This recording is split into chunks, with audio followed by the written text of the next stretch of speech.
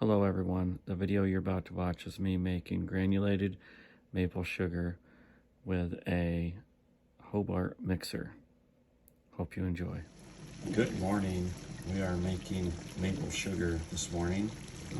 Got our syrup boiling, dark robust syrup boiling. We are going to take it to 260 degrees. Then we will cool it to 200 degrees and stir it in our machine, and it will turn into maple sugar. We'll check back in a few minutes. Here's our thermometer setting. You can see we actually have it set for 262, and we got quite a ways to go. We'll check back when it's done. Alright guys, this is the setup. This is the Hobart mixer that we have. We're going to take the syrup and pour it in there. Syrup's almost done. We're going to pour it in there, let it cool down to 200 degrees. Then we're going to turn the mixer on and start stirring. And it's going to turn into sugar. Once it turns into sugar, we're going to take the bowl off. Come over here to the table. We have a sifting tray. Sift the sugar down through the screen. That sugar all ends up down the bottom. We let it dry for a little while.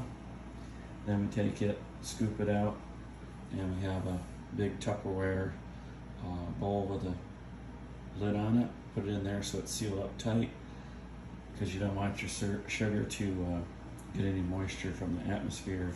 They'll start to get wet again. That's what we're going to do. Okay, so we have our syrup in the mixer, thermometer laid in there, and if you look at it, it says 189.8, but it's actually going up slowly. Sometimes when you do this with a thermometer like this, it takes a little bit to figure out. So what I do is, if it doesn't go up to 200, then I just watch for it to, quit going up, and then I know that I can go ahead and start. It's not gonna hurt me if it cools down a little bit under 200, especially with a mixer like this where I'm not mixing by hand. So once it gets to where it's either not moving up or it starts to go down, then I'll turn the mixer on. Okay, we just turned the mixer on.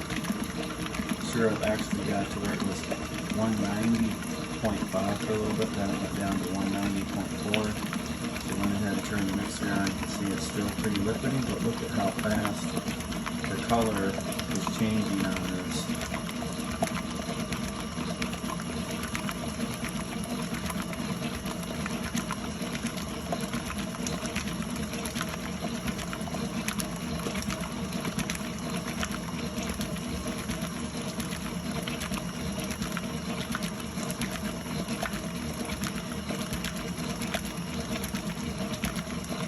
Starting to thicken up a little bit.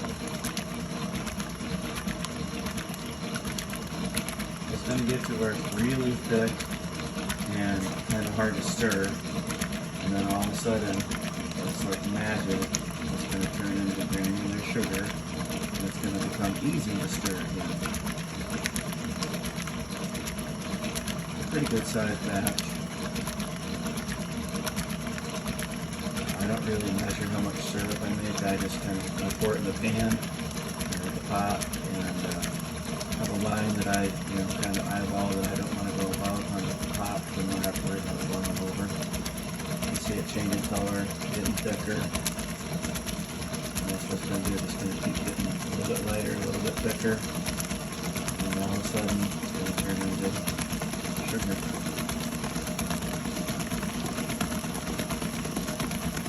Still pretty hot. And now you can start to smell it a little bit different. Now it's really starting to get thick.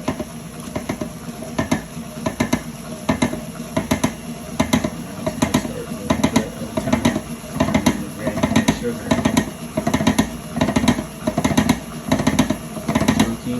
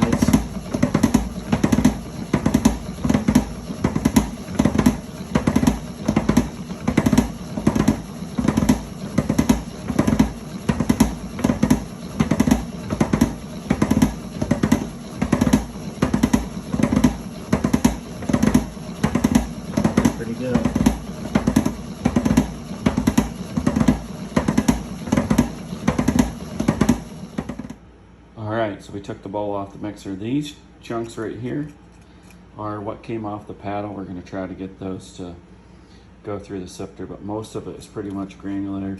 We're just going to sift it just to get any chunks, and any of these chunks that are on the side of the bowl. Once in a while there's a big chunk over there that is a little bit bigger than what we need. So we need to push those through the sifter. And we're just going to start scooping it out of here and putting it in the bowl and sifting it.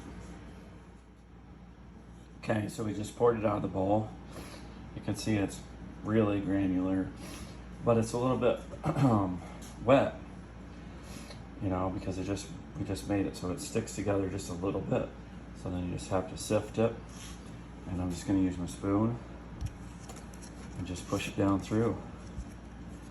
And so there's a little chunky right there. Just push it down through, get it all sifted, let it dry for a little while. Then we're going to put it in our sealed container, and it's going to be sugared. And as we, what we do is as we sell it, we take it out of the container and package it. Because it never fails. If you've got 1 pound bags, if you somebody will order some, they'll want a 10-ounce shaker, and all you have is 1 pound bags left, and vice versa. So we just like to keep it in the sealed container and package it as we need it, unless we're going to do a show or have a sale or something like that. Then we would package a little bit of everything. We're just going to sift it down through here, and then we'll show you what it looks like.